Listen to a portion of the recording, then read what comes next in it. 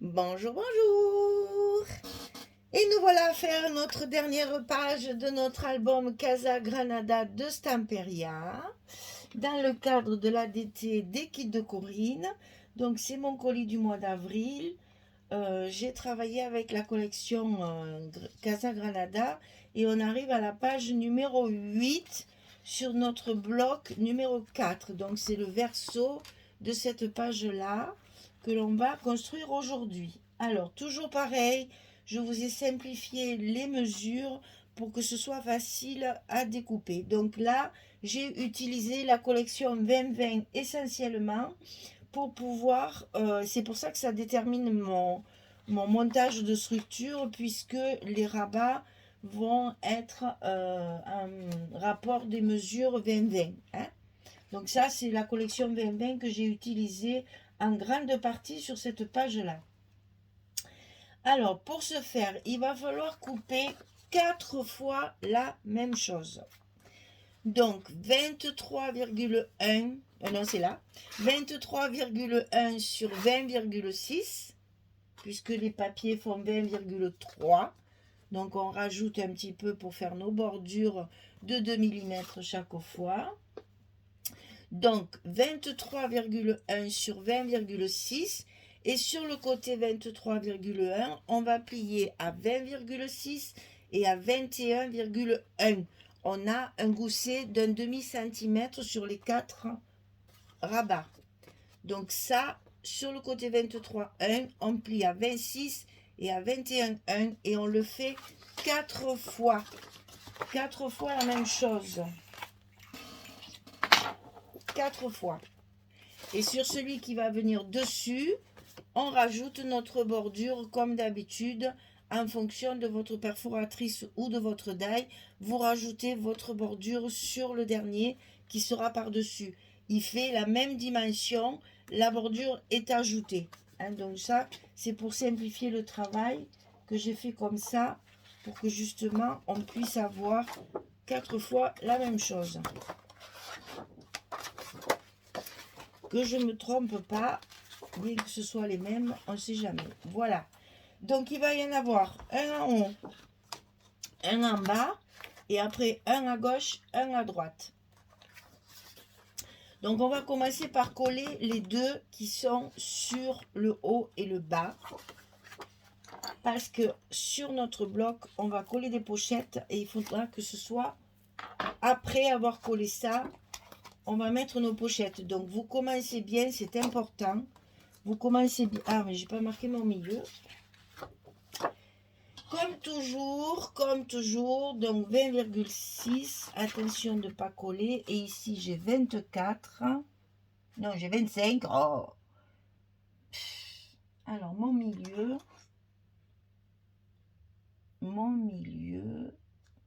12,5 ici. Et donc, ici, je vais marquer mon milieu. Ça fait 13,3. 10,3, pardon. Ça ne changera jamais. Hein. Moi et les maths, il n'y a rien à faire. 10,3. Voilà. Et comme ça, je vais pouvoir aligner mon milieu et mon milieu. Et je sais que mon rabat sera bien au centre de ma page. Et je le colle sur le haut. Et on n'oublie pas de bien appuyer sur la languette pour que ça ne fasse pas trop d'épaisseur sur le papier. Celui du haut, il est mis. Maintenant, on va tracer celui du bas. Donc, on fait pareil. On marque notre milieu. Comme ça, on est sûr que ce sera bien en face. Et ici, 10,3.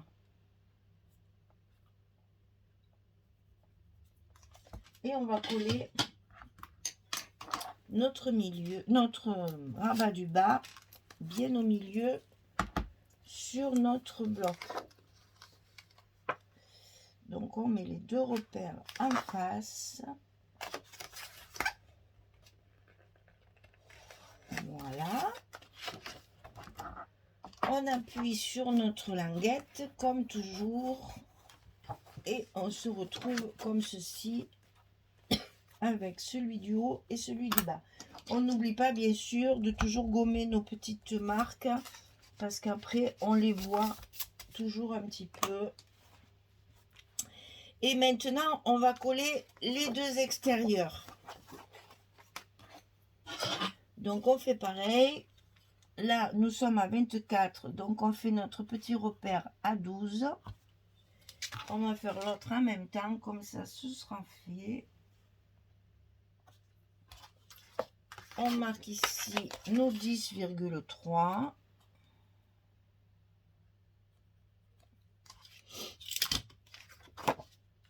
Voilà, j'aurais dû le marquer ici, ça sera plus simple.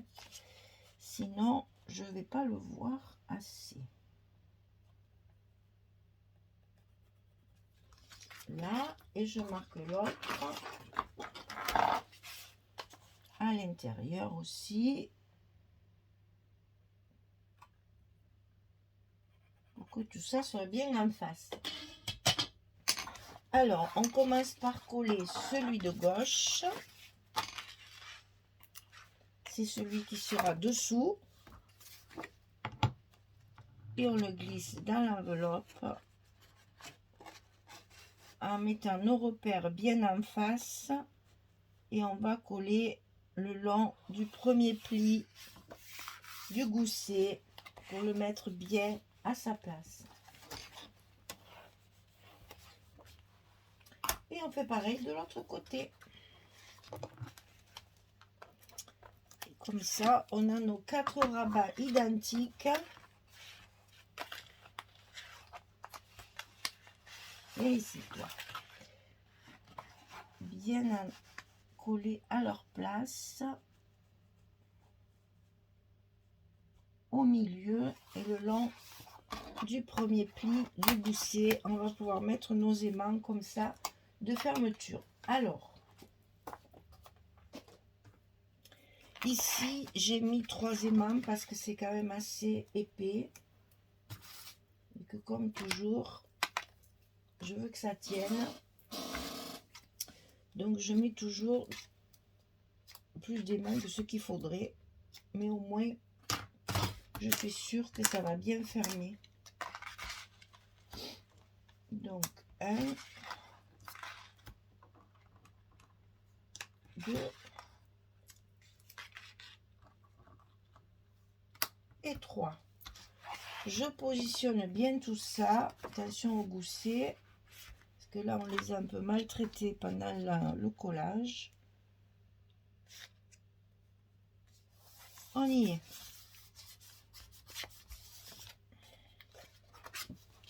Voilà. Et donc là, ben, comme d'habitude, on appuie bien pour que la prise soit bien bonne. Et ça, c'est fait. Alors maintenant, à l'intérieur de tous nos rabats, on va faire 2 petites pochettes verticales comme ceci. Ça, c'est pour utiliser cette partie-là. Des petites images. Hein. Alors, ces pochettes, c'est les deux mêmes. Hein. 28 sur 7. 28 sur 7.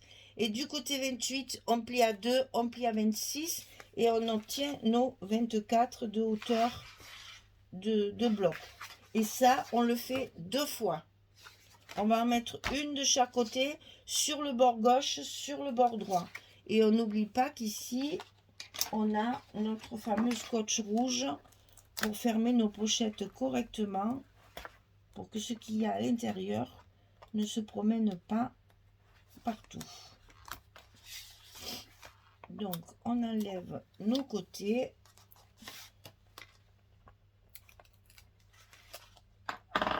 Et là, on essaye de mettre notre pochette bien en place au bord de notre page. Je reconnais, c'est pas simple.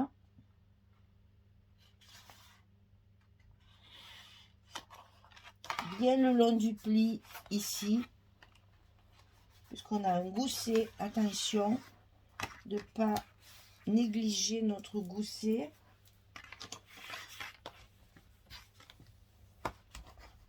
Et là, on appuie.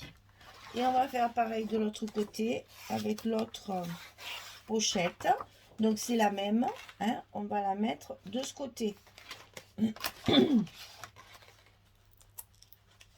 Donc ça, nous sommes à la page 8 de notre album.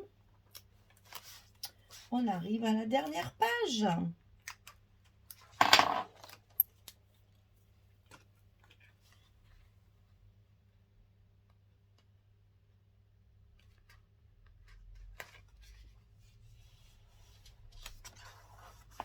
Voilà. Alors, sur cette page, on va avoir encore un petit quelque chose à faire. Je vais vous montrer et puis je vous donnerai les dimensions après. Donc ici, on va bien sûr recouvrir, hein, bien entendu, il y a, voilà, ça va être recouvert comme ceci, comme cela, et le papier à l'intérieur, comme ça. Ça nous fait donc 2 pochettes. On va pouvoir y mettre 4 cartes. Et c'est celle-ci. On va glisser à l'intérieur de la pochette 2 cartes d'un côté et 2 cartes de l'autre. Comme ceci. Et ensuite, sur ces parties-là, une fois qu'on aura collé nos pages de papier, on va y faire des petites pochettes comme ceci pour y glisser une carte à l'intérieur. Comme ça. Donc ça, on le fera ensemble. Hein. Mais tout ça pour vous dire que sur cette page-là, attendez que je range mes trucs parce que sinon je vais tout mélanger. Sur cette page-là, on a encore 16 photos. Donc il vous faut faire 8 cartes. 11, 16. Donc là, j'ai utilisé bien sûr des chutes, enfin des feuilles de papier. 1, 2, 3, 4, 5, 6, 7, 8. 8 cartes de 11 sur 16. Et là, j'ai utilisé des feuilles 30-30 que j'ai coupées pour avoir mes dessus de cartes et mettre mon papier iguana de l'autre côté. Donc, pour l'instant, ce que je vais faire, c'est que je vais coller mes papiers ici, mettre mes cartes, coller mes papiers intérieurs et je reviens vers vous pour vous expliquer pour les petites pochettes. On le fera au fur et à mesure pour que ça fasse pas trop de... Parce que de toute façon, ça, les pochettes, on ne peut les coller qu'une fois qu'on aura posé nos papiers. Donc, je vais d'abord poser tous mes papiers et après, je reviens vers vous pour vous montrer ce que ça donne et comment on peut coller ces petites pochettes cartes. Allez, je fais ça et je reviens. À tout de suite. Voilà, alors une fois que tous vos papiers intérieurs sont collés, hein, puisque c'est par là qu'il faut commencer, il faut d'abord mettre les papiers pour pouvoir mettre la petite pochette. Alors cette pochette, elle fait 17 cm sur 5 et du côté 17, on va plier à 2 et on va plier à 15. C'est pour que votre carte puisse rentrer facilement à l'intérieur puisqu'elle fait 11 sur 16, n'est-ce pas? Donc du côté 11, on a fait 13 cm pour que justement ce ne soit pas juste pour les enfiler à l'intérieur. Donc ça, on le fait 4 fois. 17 sur 5, côté 17, on plie à 2, on plie à 15. Et on fait comme toutes les pochettes, le petit scotch rouge, le scotch blanc de chaque côté pour pouvoir le mettre à sa place. Et bien sûr, ces petites pochettes, on va les recouvrir. Alors moi, j'ai choisi de prendre le papier iguana uni et d'utiliser ces fameuses bandes que nous avons un peu sur tous les papiers pour faire une unité, puisque de partout nous avons des bordures. Quand on a ce genre de petits éléments, on en profite pour utiliser nos chutes de bordure et on les met pour justement décorer nos pochettes. Voilà, et ça nous donne ceci. Alors on va coller la pochette. Avant de coller la pochette, On met notre carte à l'intérieur pour savoir à peu près à quelle distance elle sera. Et donc, on essaye de la centrer pour qu'elle ne dépasse pas comme ceci. Selon où vous allez mettre votre pochette, ça n'ira pas. Donc, on fait en sorte qu'elle soit à peu près centrée. Moi, je ne mesure pas. Hein. Bon, là, un peu là, pareil, et là, pareil. Et une fois qu'on a positionné ça, on fait un petit repère. Ici et ici. Et on n'a plus qu'à coller notre pochette. Alors, ici, on enlève ça et on va la positionner sur nos repères pour qu'elle soit bien en place et bien droite.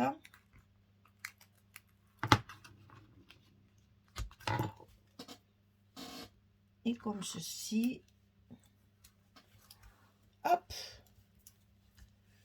notre pochette est collée et on va pouvoir y mettre la carte à l'intérieur et elle sera centrée sur la page comme ceci. Et ça, vous le faites 1, 2, 3 et 4 sur la page aussi ici. Et comme ça, notre page numéro 8 est terminée. On a fini notre album, on n'a plus qu'à faire la déco et les petits mots, les petits tampons. Pas grand chose hein, parce que c'est très chargé. Hein. Donc ici, une pochette avec une carte. Ici, une pochette avec une carte. Ici, une pochette avec une carte. Et ici en bas, une pochette avec une carte.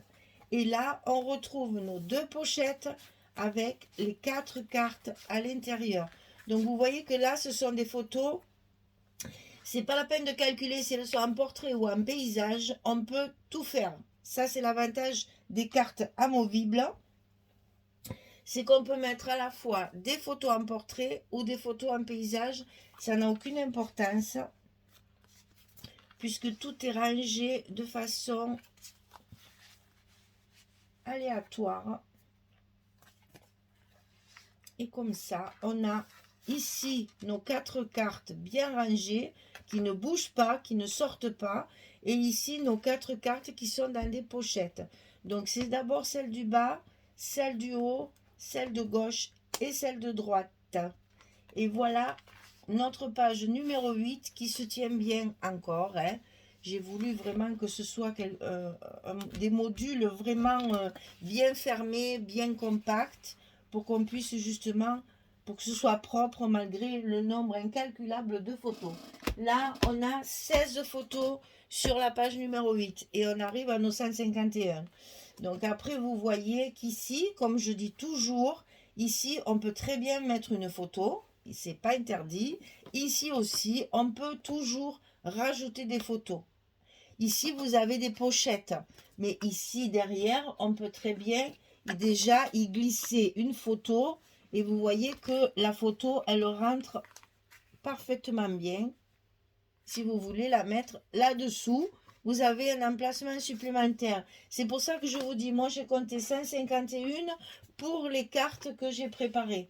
Après, on peut toujours en rajouter. Il n'y a aucun souci. Il y a toujours de la place. Ici, on peut très bien mettre une photo. Même, regardez, on peut même en mettre 2. Bon, on peut décaler pour que ce soit plus joli. Voilà. Vous voyez qu'il y a de quoi faire. Hein. Si on veut mettre les 200 photos, elles y vont sans problème. Donc, si c'est un gros voyage, un gros événement, vous savez que vous avez la place de pouvoir y loger toutes vos photos. Voilà. Un beau voyage en Espagne, c'est ce que je vous souhaite pour à l'Alhambra par exemple, parce que ça je l'ai vu une fois dans ma vie et je pense qu'il faut le voir une fois dans sa vie. L'Alhambra c'est complètement magique, c'est complètement extraordinaire. Il faut le faire avec un guide parce qu'il va tout vous expliquer. Enfin, c'est vraiment un souvenir impérissable dans sa tête après. Et à mon avis, dans l'Alhambra, déjà, vous avez de quoi remplir l'album. Hein. C'est vraiment magnifique. Et Moi, j'en ai un souvenir impérissable de cette excursion parce que c'était les jardins, l'intérieur, c'est superbe. J'ai eu la chance de le visiter avec le fils, enfin, mon guide, c'était le fils de, comment dire, je ne me rappelle plus le terme exact, mais en fait, le directeur de la décoration et de l'agencement de l'Alhambra. Donc, le gamin, il a vécu là-dedans toute sa vie. Il a joué dans les jardins tout petits, dans les pièces et tout. Il savait tout. C'était un réel plaisir. Et vraiment, j'en garde un souvenir extraordinaire. Donc, oui, ça va bien pour faire ce genre de choses. Mais n'importe quel voyage peut très bien faire l'affaire dans ce genre d'album. Moi, j'adore, je me suis régalée. Je vais m'éclater avec ma déco et puis je vous montrerai ça dans la présentation finale pour vous montrer ce que j'ai fait avec cette collection Casa Granada de Stamperia. Je l'ai adorée. Vraiment, c'est un coup de cœur. Voilà, eh bien écoutez, notre page 8 est terminée, le bloc numéro 4 est terminé, eh bien l'album est fini déjà, on n'a plus que la décoration et les petits mots tampons que je mets un peu partout. Et puis, je vous montrerai ça dès que j'aurai tout terminé pour voir ce que ça donne une fois tout relié, tout bien agencé. On va voir ça. J'ai hâte de le voir terminé. Bien, et bien merci de m'avoir suivi jusqu'à maintenant. J'espère que le travail vous a plu. J'espère que ça vous inspirera. Et puis, vous savez que tout ce que j'utilise se trouve dans la boutique des kits de Corinne. Les papiers y sont, les die cuts y sont, il n'y a pas de souci. Vous faites ce que vous voulez avec cet album. Merci beaucoup. Bonne journée, bonne soirée pour les autres. Et puis, je vous dis à très bientôt pour la présentation finale. Au revoir tout le monde. Merci beaucoup.